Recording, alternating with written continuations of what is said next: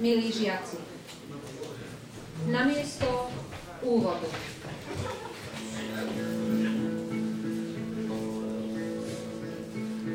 Stvořil Bůh tento les, bych mohl věnce vázat.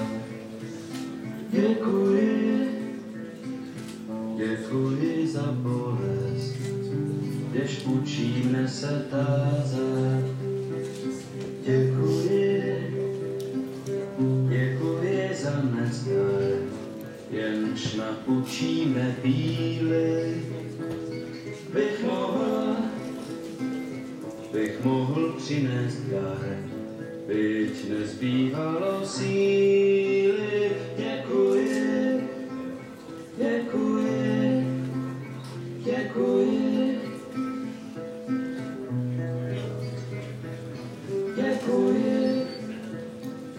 Děkuji za slabost, jež pokoře mne učí. Pokoře pro radost, pokoře bez područí. Děkuji za slzy.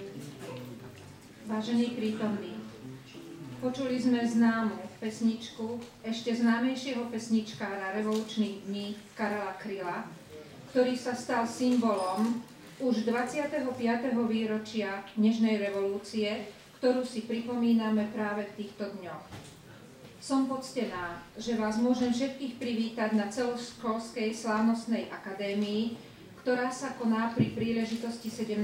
novembra, ktorý je Medzinárodným dňom študentstva a v našom kalendári vzhľadom na našu nedávnu históriu zapísaný ako štátny sviatok, ako deň boja za slobodu a demokraciu.